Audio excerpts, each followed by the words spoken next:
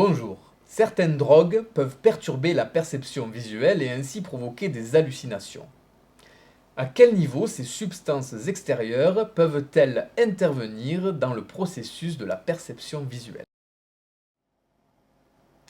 Les hallucinations provoquées par les drogues ne sont pas liées à des défauts de la vision, liés au cristallin ou à la rétine comme c'est le cas pour le daltonisme.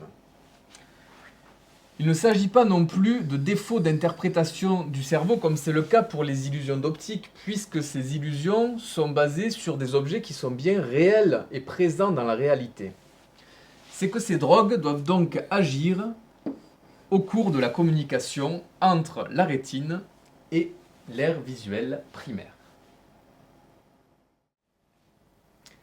Je vous représente ici deux drogues qui sont impliquées dans la perturbation de la perception visuelle.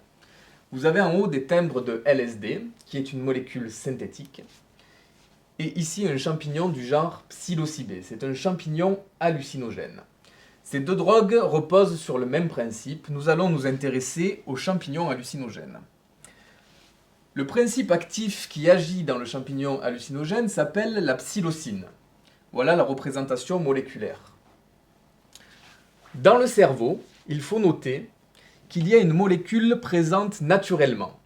C'est un neurotransmetteur appelé sérotonine. Ce neurotransmetteur est impliqué dans de très nombreuses zones du cerveau et activités cérébrales, notamment dans l'humeur, le sommeil, l'émotivité, mais également dans le cortex visuel. Voilà la représentation moléculaire de la sérotonine. Si nous comparons ces deux molécules de psilocine et de sérotonine naturelle, psilocine dans le champignon hallucinogène.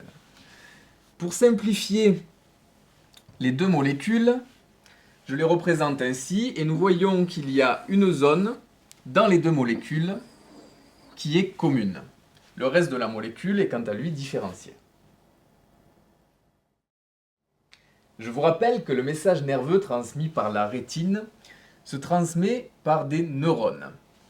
Pour rappel, on a 130 millions de photorécepteurs dans la rétine. Il y a donc potentiellement 130 millions de messages nerveux qui sont transmis simultanément. Donc ce message nerveux transmis dans le neurone est de nature électrique, mais pour communiquer de neurone en neurone, dans un lieu appelé synapse, le message nerveux est chimique. Si nous étudions ce qu'il se passe dans le cas du message nerveux visuel, avec comme neurotransmetteur la sérotonine. L'arrivée du message nerveux dans le premier neurone entraîne ici la libération de neurotransmetteurs, ici la sérotonine. Cette sérotonine, par sa forme, vient se fixer sur des récepteurs spécifiques du second neurone. Cette fixation entraîne la création d'un nouveau message nerveux qui sera transmis au cortex visuel primaire. Dans le cas d'une prise de drogue, que ce soit par inhalation, par ingestion ou par intraveineuse, le principe actif se retrouve dans le sang. Le cerveau étant irrigué, les principes actifs peuvent donc se retrouver dans les fentes synaptiques. C'est le cas de la psilocine lors de la prise d'un champignon hallucinogène. Ainsi, la psilocine, par sa similitude de forme avec la sérotonine, va pouvoir se fixer sur les mêmes récepteurs membranaires du second neurone, ce qui engendrera également un message nerveux qui arrivera au cortex visuel primaire. Ce message nerveux se superpose à l'ensemble des messages nerveux transmis par les voies visuelles. Ainsi, le cerveau va interpréter ce message nerveux en superposant des formes, des couleurs ou même des objets à la réalité observée. C'est ce qu'on appelle une hallucination. D'autres substances ont un effet sur la perception visuelle. L'alcool, par exemple, rétrécit le champ visuel. Le cannabis perturbe également la vision.